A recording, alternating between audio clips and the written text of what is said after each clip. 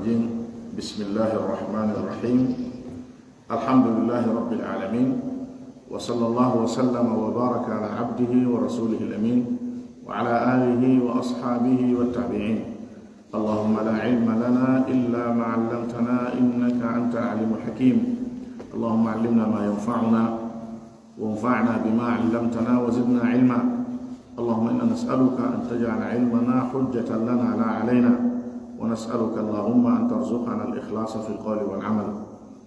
يتي الله سبحانه وتعالى الله جميرا وسني دتو دمودو هانا دو يتede jarna mo weltanomo e dow nemaji makko e ɓure makko e yurmede makko e hoore meɗen. Den seedo ko kanko tun Allah woni ko hana rewede ka gonga. Den seedo wonde Muhammad sallallahu alaihi wasallam jiyaɗo makko nulaɗo makko en toro Allah juule makko e juule ɓeygure makko nen fo e sahabaɓe fo kala witiɓɗo ɓawo maɓɓe jokki sunna maɓɓe on ñentini batteji maɓɓe ɗin ila yawmi din. Allahumma amin. musidɓe tedduɓe ɗen jokkito darsu meɗen ka tawhid e nde deftere men al usul thalatha nde en walli fiɗum a cheikh Muhammad ibn Abdul Wahhab en wallinora firtugol ƴemeɗen sharhu mo en walli fiɗum a cheikh Muhammad bin Salih ibn Uthaymin. en toro Allah ɓe Allah yurmiɓe ɗiɗono o yurmina en, o yurmina mawɓe meɗen ɓen, o yurmina karankoɓe julɓe ɓen fof. Allahumma amin. iɗe wondi e walli fiɗum rahimahullah ka o jantanto en ɗon fi hooreɓe tawutuji ɗin. mo yewta en fiingal dambugal o ɓaawa o andinde en ko honɗum woni e tawut, mo jantanade en noone muɗum, o toɗɗori ɗin noneji wi'ugol ko hooreji ɗinno. o wi en hooreji tawutu ɗin ko ɗi jowi. arano majji on ko iblisa la'anahullah. ɗiɗaɓon ko kala on rewaɗo hara wona Allah subhanahu wa ta'ala, hara o tigi hino jaɓi dewal ngal, hara o tigi no jaɓi dewal ngal woni ko fewndo gurdam makko ɗum waɗi ngal dewal ngal o waɗana, woni ko ɓaawo o maayude si tu woni ko wonki makko emo jaɓi nde o rewete ɗum hino welamo emo yelli ɗum, woni o noddi e mum, woni o noddali e mum, haray o jeyama e hooreɓe tawut ɓen. tataɓo on ko kala on nodduɗo yimɓe ɓen e rewugol wonki muɗum kin rewugol hoore muɗum. kanko kadi woni o notama, woni o notaka, woni notagol mo ko fewndo ko o wuuri ɗon, woni ko ɓaawo mayde no wona woni rewsi o sifori noddugol jama o e rewugol mo kanko, haray o woni goto e hooreɓe tawut. naya on ko on nodditiɗo andugol ko wirni. kala on nodditiɗo andugol ko wirni, wawgol firtugol arsike, wawgol waɗugol hijabu, wawgol waɗugol jaaho e teddungal, wawgol jonnugol jiidi, wawgol andugol ko arata. kala sifoɗo sifa ɗi noneji ɗo no o tigi gerdi wo, ko o tigi windiri ɗum wo, haray o tigi jeyama e hooreɓe tahutu ɓen. woni ɗon o heɓi aroɓe ka makko, woni o heɓali aroɓe, woni o heɓi gongiɓe mo, woni o heɓali gongiɓe. si tun o sifori nodditagol andugol ko wirni, haray o woni goto e hooreɓe tawut. jowaɓo on walli fiɗon ko ɗo haɗunoɗen e makko kanko sharih on fo hani sharhi haɗo. jowaɓo on walli fiɗon o wi waman hakama bi gayri ma anzalallah. e kala on ñawirɗo konko wona ko Allah tippini. kala on ñawirɗo ko wona ko Allah tippini kon, harana alqur'ana wona sunna. kala ko o tigi ñaawiri hara wona ɗiɗo ɗiɗi, haray o jeyama e ɓen tawutuɓe. ceerno jon cheikh Uthaymin rahimahullah mo sarhana hen ngol konngol ɗo o wi alhukmu bima anzala allahu. ñaawirgol konko Allah on tippini taala kanko towuɗo on. ñaawirgol konko kanko Allah towuɗo mo tippini kon, woni kaka alqur'ana o addi, woni ko e sunna nulaɗo on sallallahu alayhi wa alihi wa sallam o addi. ɗum min tawhidu rububiyya, ɗum ko jeya ɗum e noone wiyete ɗon tawhidu rububiyya. andi tawhidu on ko nooneji tati, pecce tati. tawhidu rububiyya wotinɗingol Allah ka jeya, waɗugol mo kanko tun woni ko jeli. ɗimmo on tawhidul uluhiyya wotinɗingol Allah ka dewal waɗama ko kanko tun woni ko rewete, kanko tun woni ko hana rewede, kanko tun woni reweteɗo on e hoore gonga. Tati on tawhidul asma'i wa sifat wotinɗingol Allah ka inɗe makko e ka sifaji makko, hara nandinalimo e tagore makko nden, ɓolɗinali sifaji makko ɗin e inɗe makko ɗen, riwali hay e hunde eɗen inɗe makko eɗen sifaji makko, tabintiyanamo kala ko o inni hoore makko e kala ko o sifori hoore makko ka deftere makko ma ka ɗengal nulaɗo on sallallahu alaihi wasallam e hoore tabintinande haqiqare ko alda e riwugol, ko alda e ɓolɗingol, ko alda e nandingol maɗum mbadingol. ɗiɗo noneji tati woni noneji tawhid ɗin, no waɗɗi goto kala nde o wotinɗinta Allah subhanahu wa ta'ala e ɗi noneji ɗo tati non. harayno none arano on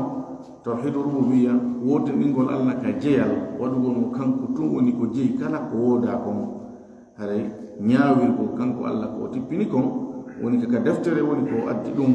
woni ko ka sunna nulaɗo sallallahu alaihi wasallam woni ko addi ɗum, waɗugol ɗum ko jeya ɗum e wotinɗingol mo ka jeyal makko tawhidu rububiyya. O wiɗi annahu sabu no ko woni sabu waɗugol ɗum ñawirgol ko Allah teppini kon tanfidun ko ñinnugol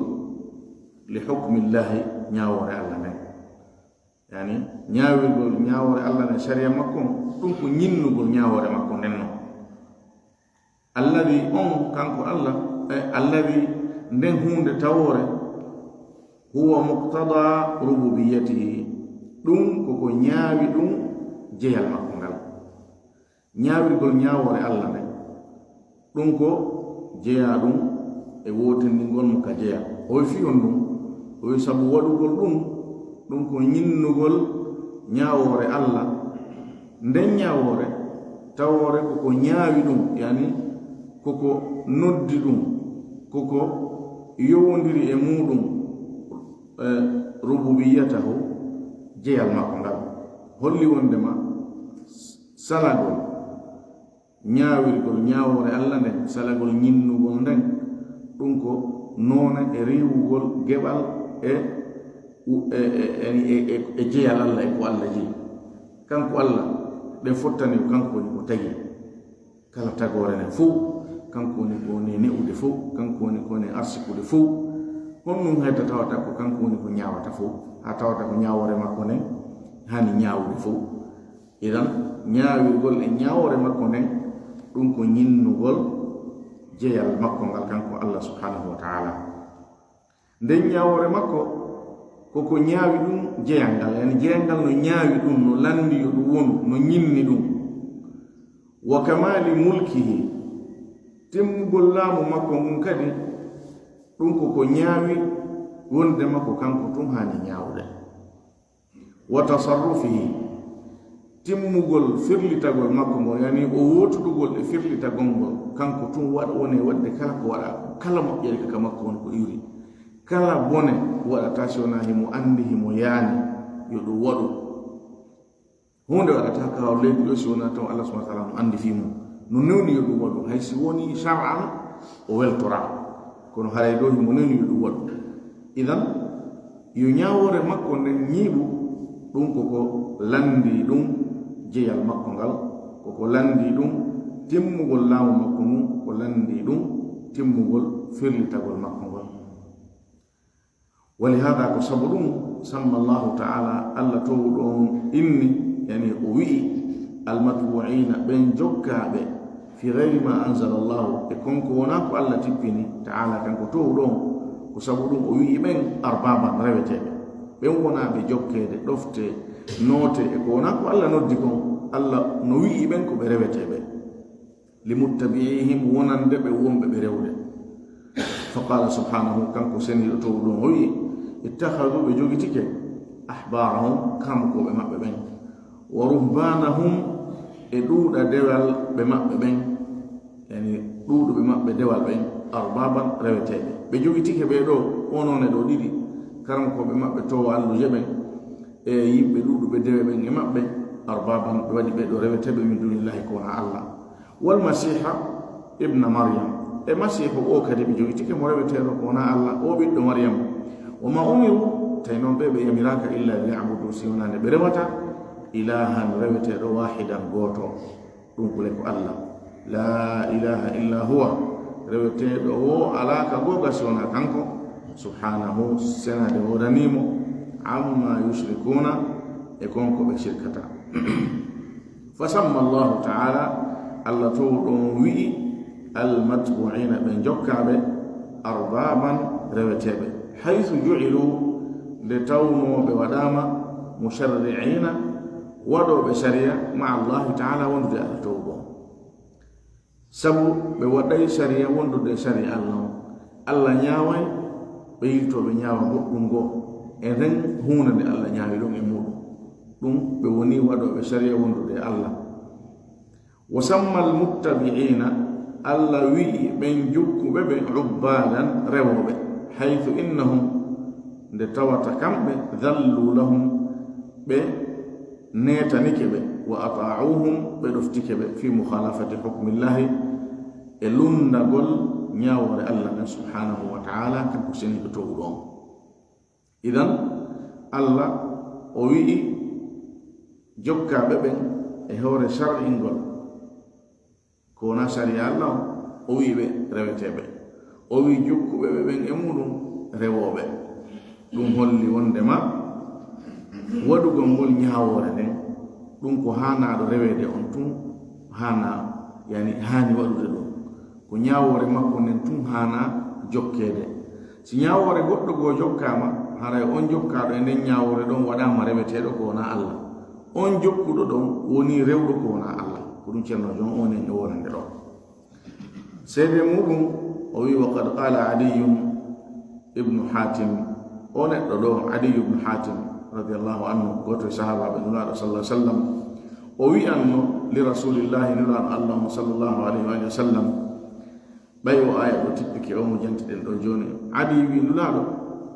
e ɓe rewatano ɓe o wi innahum lam yabuduhum kanko fandi dewal argol sujjana ɓe e waɗugol sifa ɗen ɗinnoneji dewe ɗon o winnaɗo kono ɓe rewatano ɓe honno aya o ardini wi ɓe rewayno ɓe ndaɗo maki bal in accu innahum ɓe laatino kamɓe harramu alayhim ɓe harminanno ɓe alhalala hunde daginde hunde nde allah ñaawi no dagi mo yaani yo nde ñaami mo ñaawi dagagol mere ɓe onone ɗo kankoɓe maɓɓe e yimɓe rewaynoɓe waɗaynoɓe dewe e maɓɓe ɓe harminannoɓe konko dagi wa harramu alayhim alhalala harramu alayhim alhalala ɗo ko hanno wa hallalu alayhim alharam ko ɗum hanno ɗo na fillitagol ko jantako wa hallalu ɓe daginani ɓe wa hallalu alayhim wa hallalu lahum alharama hunde harminande fattaba'uhum ɓe jokki ɓe adi wi hini waɗa maki fatilka ibadatuhum iyahum ko ɗum woni dewal ngal ɓe waɗani ɓe ngal jokkugol ɓe e hoore dagingol ko allah harmini jokka ɓe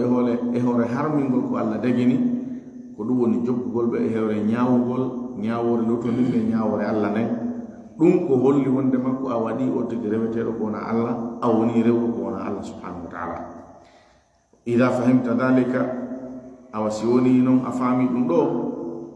koko janta ɗo wondema ñawirgol ñawore allah nden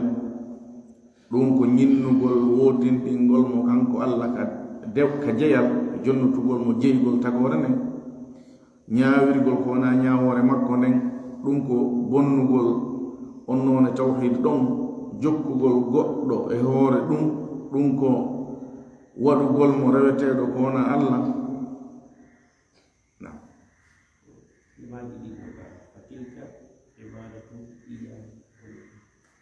e jantike ɗum ɗo ɓenlaɗo maki wondema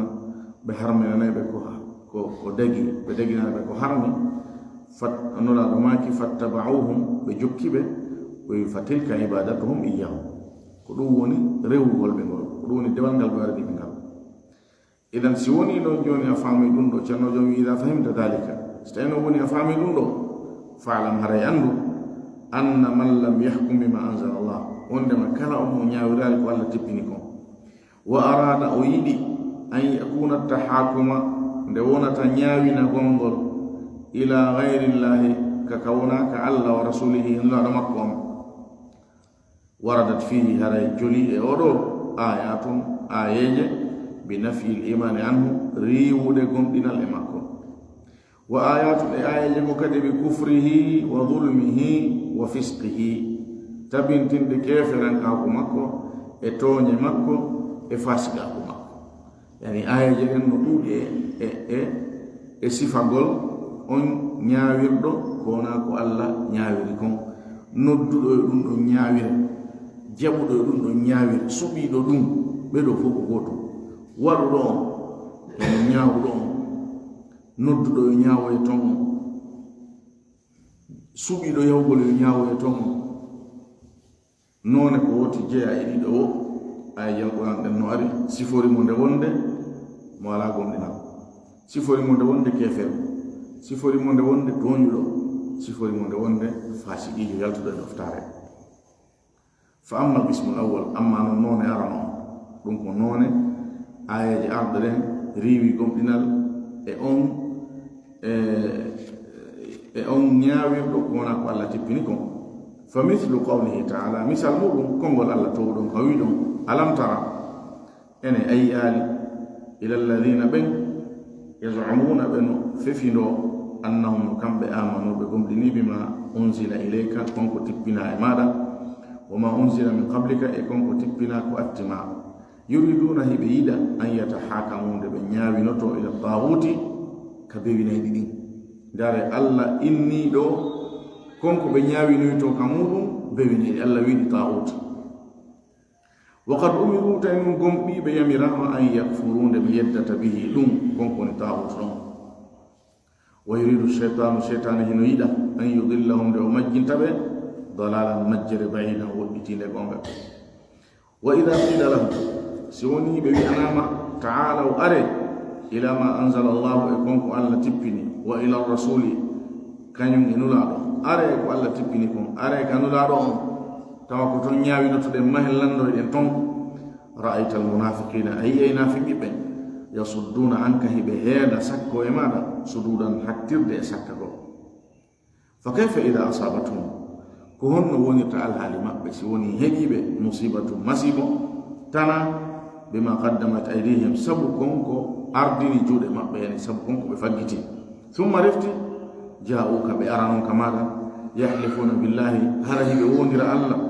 ɓe wiya in aradna wonaali komin yiɗi wonaali komin ɗaɓɓi wonaali komin faandori e ko komin waɗi ɗo illa ihsanan si wona moƴƴingol o tawfiqan e hawrugol e sawaba hawrugol e gonga ulaika ɓeɗo o siforaɓe ni alladina ko ɓe woni yalamu llahu ɓe Allah ɓen ko ɓe Allah andi ma fi qulubihim ko woni e ɓerde muɗum fa a'rid anhum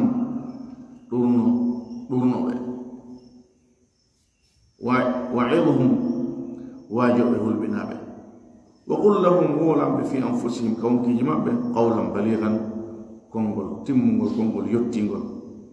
wa ma arsalna min nulali min rasulin hay e goto e nulaɗo illa li yuta'a si wona fi o ɗofte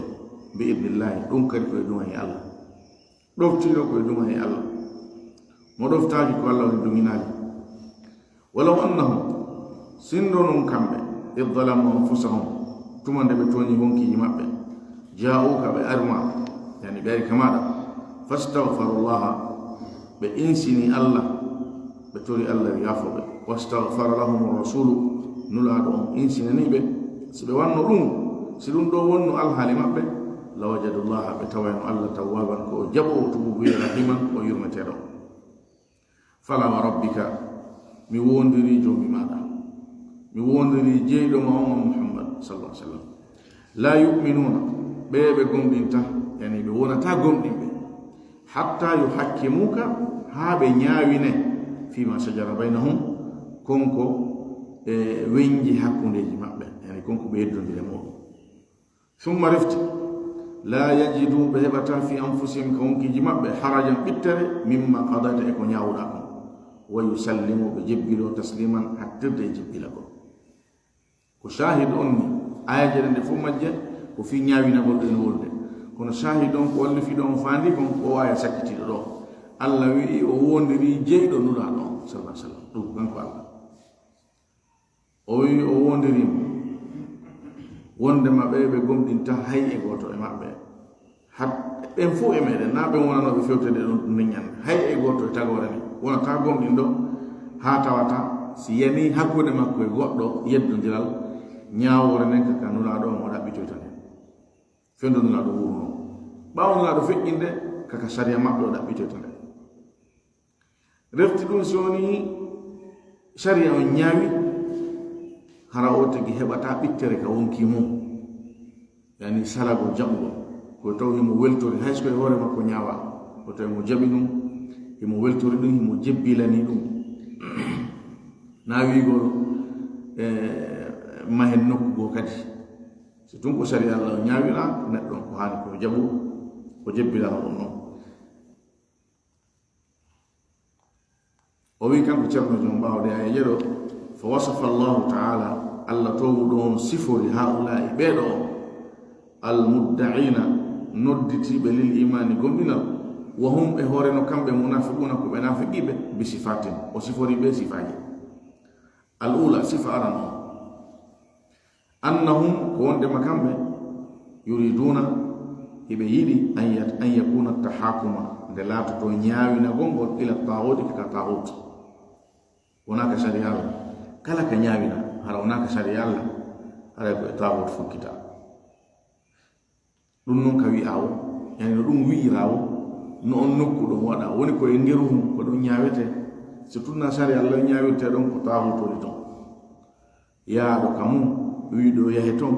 jaɓuɗo yahi e hoore suɓago mum fof ko tahut woni koye palais de justice no o darnirawo no o mahirawo ñaawoɓe ton e tefoɓe ton e ñaawinotoɓe ton fop ko tahut ko waɗuɗo e waɗanaɗo fop ko lutondir ɗum sari allah woni kaka mawɗo musidal on si tunna sari allah mo ñaawirta numɗal tayna ɗum o ñaawirta hare o waɗi hoore makko tahut nodduɓe yaw ton fof ɓe woni noon e hunde wotere muran ɗum no holɓini moƴa musidɓe tedduɓe ko yima jama o yawiti a yiye ɗo hunde no yana ɗo e musidal ɓenna mayn ka kaariji hara ko karamokojo andiraɗo diina andiraɗo famugol woɓɓe taw ɗum ɓay tun ara ɓe andi ɓe ala gonga ka haqiqa ɗon ɓe yata ɗon avocat adde corruption waɗa ha ɓe jonnite gonga ɓe ɗaɓɓoya ka ɗum heɓota ton mayn ka justice ton yayten ka laamu si yahama ñawama hay o jonnita fenan nden ka première instance ma si tawi sengole mum noodi o wakkilotako ɓe yaha ka cour d'appel ɓe ha waɗa ton recours ji ha ɓe yewte a cour suprême ha ka tawata ko ha ɗon hara himo gerto tun himo eto ɗum ɗon fof o ɗaɓɓugo tun fenande wona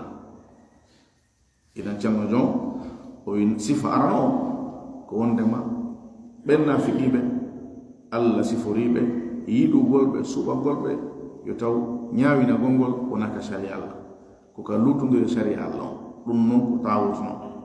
wo huwa ɗum on tawut kullu ma halafa hukma llahi ko kala konko lundi ñawore allah tow ɗon hukma llahi taala ñawore allah tow ɗon wa rasulihi e nulaɗo makko on sallallahu alih w sallam oɗon wiruɗen noon kala ka ɗum waɗa kala no ɗum wi'ira woni ɗum wi'a aada woni ɗum wi'a naamu woni ɗum wi'a no ɗum fina taw no ɗum wi'a wo ka ɗum waɗa wo ko tahut si tun woni no lutodiri e sharia allah tow ɗon li anna sabu tabiti wondema ma halafa hukma llahi kala konko lutodiri e ñawore allah nden kala konko lundi ñawore allah nden wa rasulihi e nulaɗo makko fo o tughyanum ɗum ko bewre non wa i'tida'un ko jaggitere ala hukmi e hoore ñawore mallahul hukmu on tawɗo kañum jeyi ñawore nden wa ilayhi ko ka makko yarji'u l amru kulluhu ruttoto fiyaki on fuu wowo ko woni noon on الله قال سبحانه وتعالى قال الله تعالى الله تولوي ألا له الخلق فامي أنده وندما كانكو جيتاكم يعني كانكو تاجي كلا كتاكم والأمر يبلور نكرفو كانكو جي كانكو بياتا ودي كانكو بياتا أتشي كانكو بياتا ندونو داجي كانكو بياتا ندونو حرم ندونو موجي ندونو بوني كانكو جي ندونو سيدون جتا ما جننا ما غدو غو هره جاجي تري وادي بيوري وادي يوتو الكيرل وادي توني وادي الثانية صفة دمو طبعا تيمين قول آيام الله تبارك الله دودي باركي دودي مؤجر الله رب العالمين جوبي له تقول. الثانية صفة دمو بألا سفري مؤلا سفري بهم أنهم كون مكان إذا دعوا سوني بندم إلى ما أنزل الله فاديكم ألا تبين وإلى الرسول إنه لا دون صدوا وأعرضوا بسكو بهذا بدونه بياتا بسكو في وتاه صدوا بسكو بهذا بسالو يه بديكورا سجامو بورا دردن وأعرضوا بدورنو بياتا كدي بيونا بيهالي بجبالي يه بالنودي أيه دو هوندا نيانا حكونde yimbe neddo mo Allah yitti mo jere mo dum serada o tawaka e mo dum few o sakko be nde be yada karam ko be nyaawina do o tawaka der ton o ala ton gebal fus concernant so nani wenni ka docteur Kari ma ko sa Kari fokiti yehe tertelu yehe dixi yehe ka première instance ko ben andi fi piji din no e gabe karam ko be anda adna no woniri ko andi o ko defte mabbe be ogini tunge dum ko di ko woni décourager jama wara berde den kan yata yani dum salo kadi be ya ko be ko nafigi be jeya on non don ko sifa nafigi be bi billahi al-karima en kongol Allah subhanahu wa ta'ala ka ayaro الثالثة صفة أنهم كون ما بين نافقين إذا أصيبوا سوني هبيبة بمصيبة مصيبة تنا بما قدمت أيديهم سبكم كفاجتي جود ما بين كما جون أدلو مثال مو أيوة منها هنا جاهل أن يعثر على صنيعهم دفينية قل ما بين دونك تنانو يقول دو بونه تون ويرتو دون أندو دونك تنانو كمسيبو no anna neddo moja hay fewndo do kan rasul sallallahu moda kado nafere fewno nyande idan be wada no piiji be wole no kongodi hakundeji mabbe to wonde Allah nani na dum sahabaaje goto ma dido be ngara yeto rasul sallallahu wonde har hay goto be don nanani kono Allah kan no jenti Allah kan no andi Allah adda wahyu immina jibril ariya rasul sallallahu hunde kare ay jeri ngara tippo be wi hunde kare idan dum ko masibo njalano basara be huli tan la do warbe si dum woni no wadi Allah sifore be soni be hebi masibo sifa dum ja'u bi ara kanulado yahlifuna halahi be hudo be wonda annahum wonde makambe ma aradu be fandaki be da bali be falaka e konko be wadi do ma konko be woli do illa al ihsana suna moƴƴere wat tawfiqa e kawral ɓe wiya on ɗon laaɗo ta nangue men ko komin woli ɗo ta ƴettiran men ɗum on noone ɗon minen komin faandi koye moƴƴu komin faandi koyo gonga yalto ɓe ara e wolgol ɗin konngol hara hiɓe wondira Allah ceernojo o wi ka haali alhaali maɓɓe no wayi o alhaali man yarfudu l yawma on salotoɗo hannde ɗi ñalɗi men ɗo e o saayi men ɗo ahkama al islami ñawoje l'islam yani misal mabbe ceerno jonno wallinanden ayon e ngurnam men dan enen harana addugol tum misal mabbe mo hollude honno ayon wonirta meden enen kadi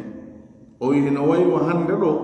bebe wuruden do kono hara himbe sali nyaawoje l'islam be jabata nyaawo en karam kobbe nyaawiren deftere Allah den e sunnatullah sallallahu alaihi wasallam woni koy hoore mabbe on nay hoore mabbe be jabata be idana e wole ويحكم هرهم نياوير ما هم هرهم نياوير بالقوانين شريعة المخالفة لها لندي بشريعة الإسلام زعما منه هو رفيف دقولنا ويقولنا أن ذلك وندم الشريعة لهم هو الإحسان ko ɗi woni moƴƴere nden almuwafiqu hawrondirɗi li ahwali l asri alhaaliji sahay fewɗi ɗon sa wii ɗo yo islam o ñaawire a heɓay temeɗɗe wiyoɓema hee nden ñawore yaada e o zaman men ɗo mo wujji o junngo taƴe hakkille jaɓata ɗum hannde aduna o fiƴƴino ɗon mo waɗi zina yo walne o focce kanko jiyomo ɓe halde fotti ɓe nanodiri aduna o jaɓata ɗum ma yo waɗi zina ko jombuɗo ma jommaɗo yo fiɗe kaari ha o maaya ma riba waɗi ɗum gasata hannde mbuɗi o waalor ni ya ƴettu kadi mbuɗi ma jonna goɗɗo an ara fus a heɓata nder ton aduna o fiƴƴi ɗon tan ko ɗi konnguɗi ɓe walanayma ɓe hollama wonde mo sari al islam o yada e aduna o hannde yani o fuuti fi makko fiɗɗi ko ma ƴetten ɗi sariyaji lutodirɗe e l'islam ɗo gollitire ɓe ceerno jom wi no wayi wasifa ɓen hannde wonga makkole ɓen ɗon e ɓe to ko ɓe hunde wotere ɓe fof maɓɓe ko faandi ko wigol ko min faandi e luutodirgol e sariya allah o ko min faandi ko ɗaɓɓugol ko moƴƴi kon ɗaɓɓugol e kawral ɗaɓɓugol alhaali labaɗo yaki alhaali labaɗo ɓuru alhaali mo allah wallini o a ɓuru allah andude ko moƴƴani tagore makko ne ko ange makko hawtiti tagi o noddunoma o diisima o wallinorma sakko naara an kaɗɗa humpiti nder ɗon seeɗa la wallah hewde ala ɗum keɓa ko ɗum allah wi ala yalamu man halaka on taguɗo hara o anda ma kanko allah o anda ko o tagi ko ɗiɗo no fira aya kanko allah taguɗo himo andi kadi ko o tagi ko idan ka o andi ɗon kala hunde no jeeya e nden hunde nde o andi tagore makko nden ko ɗo waɗi ko kanko andi ko moƴƴani tagore men sariya hombo moƴƴani en ko hon ɗum accinta en ko hon ɗum haɗata en ko hon ɗum moƴƴinta fi men kanko allah mo andi ko waɗi so wi'i mo waɗi ɗum ɗon kon ɗo o waɗete mo waɗi ɗum ɗo kon ɗo o waɗete mo waɗi ɗum ɗo kon ɗo o waɗete ka ɗum gollira ton fof e nder e saahi kala saahi e nokku kala nokku ayi ay ɓuttu ayi ay kisal ayi ay gurdal labaɗan ayi ay gurdal deƴƴuɗan ayi ay deƴere ɓernde ka ɗum woni ton ka tawi ɗum ala ton fof haysi jawle ɗen no ɗuuɗi haysi e développement aduna o no tiiɗi ayi ay nguli ayi ay kulol ɓerɗe ayi ay ɗenƴere leyɗe no waɗi ka naatuɗa e majje ha yaltuɗa ɓernde maɗa nden no ka dande ga ma ponde tagoɗɗo yane ma tagoɗɗo jaɓu jawdi ma tagoɗɗo yane ɓengure ma e ko nantatema par ce que sari allah o ñawiraka mo wawi yande ma o waɗa ko faala yawga justice o heɓa gonga ɓayna sari allah o ñawirte avocat ɓe no jooɗi waylugol fenande wattande gonga ko ɗum ɓe jangi ittugo gonga waylamo fenande ko ɗum ɓe jangi etagol ha criminel jo ɓurɗo bonde ɓoore yani laɓɓine bon yani tana bone o itte e hoore makko ko ɗum ɓe jangi wigol o andali wigol hari hakke eno dirti sifa ɗin piiji ko ɗum ɓe jangi ɓen no jooɗi ɗo ɓotti ɓorni costume ji mum no haɓɓida e jooɗi no haɓɓi an addu tu jawdi balla e ñawo ɓen ko ndi mbuɗi ɓe jooɗani ɗon sa wallini mbuɗɗin ko an ñawante hay so taw woni bon ɗo si woni ñawo o woni procureur o woni avocat e maɓe fof ko an darani o miskino honno hettita gonga o hiɗa mari mbuɗi ɓiɓɓe landimade yaka hetta gonga yalta ɗon ha poma ko ɗum waɗi soko hunde bonde tooñe jaggitere ko woni e muɗum kon e yawtugol keerol e jaggutugol e hewre sari allah e hewre tagore allah nden ko ɗum woni ɗe golle ɗo ɗinnon e justice ji ɗon waliyadu billah summa refti haddara subhanahu kanko seniɗo o rentini haulai ɓeɗo almuddaina ɓe nodditiɓe lil imani gomɗinal almuttasifina sifitorɓe ɓe tilka sifati ɗi sifaji ɗo bi annahu subhanahu wondema kanko seniɗo yalamu himo andi ma fi qulubihim konko woni ka ɓerɗe maɓɓe wama yukinnunahu e konko ɓe suuɗi min umurin immorde piiji tukhalifu ma yaquluna hiɗi lutodiri konko ɓe woli hiɓe wi'a ko moƴƴere ɓe ɗaɓɓude kawral gonga joni noon no lutodiri ko ɓe woni waɗude kon ko ɓe woli kon no lutodiri ko ɓe suuɗi kon ka wonkiji maɓɓe wa amara nabiyahu o yamiri annabi jo makko on sallallahu alaihi wa sallam an yaidahum nde o waajotoɓe ara ɓe ko hanaɓe waajade ɓe tertotake ni heɓuɗa occasion o ko ya waajo ɓe ويقول لهم ويمر من أوي أنا في أنفسهم كون كجماعة قولا بليغا كونغول يوتينغول يعني كونغول تيدونغول باتة كونغول باتينول إيوكي نتو ثم رفتي بين الله فيني أن الحكمة وندما فانو نمن من إرسال الرسول إنه نقول نلا أن يكون هو المطاع كون أولاد توكو كم كوني دفتالو المتبوع جوكارو لا غيره من الناس نا غدو كونا مو يمبمن مهما قويت أفكارهم هيتو فامو جمع بها هونتو دي واتسعت مداركهم yiyande maɓɓe ɗen hayyaji ha honto de hay yi'a wondema kaari joma kaari ɓen no faami no yi'a ka muuti haka enen yiwɗen ɗum wo hanande goto ɓen no jokke ɗofte ko hani ha jokkede hana ɗoftede ko nulaɗo on sallah sallam ko ɗum allah nuliri mo allah yoma arsalna min rasulin illa liyutaa min nulali hay goto e nulaɓe si wona fiyo ɗofte summa refti aqsama taala kanko towɗon o wondiri bi rububiyatihi jeyal makko ngal li rasulihi nulaɗo makko on sallallahu alaihi wa sallam allati ngal jeyal ngal tawata hiya akhassu ko kangal ɓuri hertinade hiya akhassu anwa'i rububiyya kangal woni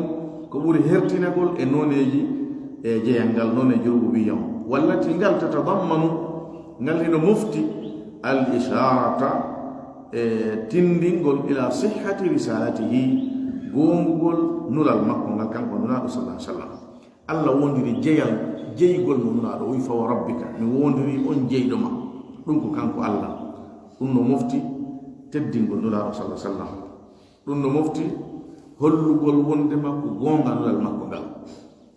ɗum no mofti wondema ɗo dina makko kan ka ñiiɓay ka feeñay ɓa jeyɗomo on ko allah kanko woni ko nulimo kanko le ala ko ronki wondi ko nula sa sallam no mofti ɗiɗo fof e ko wona ɗiɗo e konngol ɗi kam koɓe janti aqsama biha o wondiri ngal jeyal ɗon qasaman wondore muakkidan tentinde annahu wondema no ko woni la yasihhu l imanu gomɗinal ngal sellata illa bi thalathati umur si wona e hoore wondude e piiji tati الأول مدانرنا أن يكون كنلاتو التحاكم نياوينا غونغول في كل نزاع كان لورال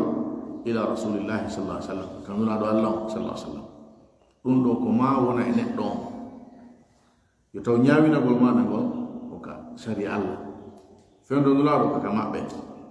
fendo ka ɓe wodaka ɗo kaka sari allah kala ñaawinowo ɗum ɗon deftere nde sunna ko taw ko ton woni ñaawinagol maɗa ko ɗum ɓe no hani fiwde ɗum ko wonki mum haysi ɗon a ronko feere a gusama a naɓama to tawi feere ala ɗum ɗon a nangi kittaki kono koye taw hero yahugol ma ton ngol hiɗa añi ɗum hiɗa felliti ɗum ko fenade noon ko lowtoto ɗum e sari allah ko woni ɓay ala ko wowɗa a naɓa ko ɗum naɓuma kono amma an suɓagol maɗa ngol noddugol maɗa ngol ñaawi e taw ko sari allah ɗum ɗon waɗa e wona e maɗa si wona gonɗinɗo الثاني ديدا بوندو أن تنشرح الصدور كون بردن weltorta بحكمه نياور نلادو يعني نياور شريعة الله ولا يكون لا هرونان في النفوس كونكي حرج وضيق منه بالتر سبب نياور الحرج والضيق كوغوتو الثالث تتيو أن يحصل التسليم كون هيبوتو جبيلagol كون ندو جبيلوتو بقبول ما حكم به وجبلانو جبول كونكو شريعة نيابي دون وتنفيذه وقلتر دون بدون تواني والداء ننقل أو انحراف ما دون أونيقل سلا يهوى دقل كونغو كوديدو بيجتا تما إتما إندون سيوني قمدان مكونغال تما إلابي قرانون دون حرقويته نياورك أيدا دوانا هاي نوكو سيونا كشريعة الله تنتون نيابي نترا ɗiɗa ɓum ɗum koye taw kala ko sariya yo ñaawi ɓernde maɗa nden no jaɓi ɗa weltori ɗum ɓittere o ala nder ton tati o koye taw ko sariya yo ñaawi kon hiɗa jebbilani ɗum hiɗa woni pré gollitirgol ɗum walɗa e tongugol nennugol nafere kan o ñagol accita ɗum yaani goɗɗum goo to Allah subhanahu wa ta'ala yo faami en kon nde janngude kon woni winana en gollitirgol hay ɗo yewtere ko yowndiri kon e ñaawinagol ka wona saria Allah on no juti seeɗa so woni enen e sarih on en gayni doƴi sarko makko on sayi en jumlay e nder ko raɓɓiɗi pecce ma noneji ñaawinotoɓe ɓen ka wona ka saria Allah on e ñawore koto kala e maɓɓe nde wonde no ara hara ko kefeero yaltoɗo diina nde wonde no ara hara ko wewta kufre yaltogol e diina noon en jeɗi heno serti tuma gaynduɗen e ceerno jon wo hara en additake gontirande mo yeeso on sayi en jumlo e ɗum noon inchallah hayde tornodira wakkilagol rewto moƴƴa ettoɗen faama e ƴiyangal ettoɗen faama ko ngal woni e wolude kon ettoɗen fiɓen gollitirgol ko wonlen e janngude fiɓen ɗum anniyoɗen ɗum wonde ɗa wona ha gurdam ma alanna hara ha to ñaayegol justice kono koye taw iɗa fiɓi ka ɓernde ma ko wiyete kon ɗo ñawore an ka Allah ɗaɓɓirɗa ɗum ko sari Allah taw neɗɗo no fiɓi ɗum no moƴƴam ma ɗa mari baraji ɗen sabu siɗa fiɓi taw justice a ha toon jinde mum ko to yahata hay siɗa janngude ɗum ɗo nafatama nafoore janngol ɗo ko gollitirgol ngon ko ɗon moƴƴere nde woni en to Allah subhanahu wa ta'ala yo newinan en yo waɗi jeeyaɓe jebbiliɓe jeeyaɓe jaɓuɓe ɗoftiɓe jeeyaɓe laɓɓinanoɓe mo dewal woɗɗitiɓe bakkatu jeeyaɓe ɓe o okkata battane moƴƴo ɓe o naada aljanna wallahu alam wa sallallahu ala nabina Muhammad wa alihi wa sahbihi wa sallam walhamdulillahi rabbil alamin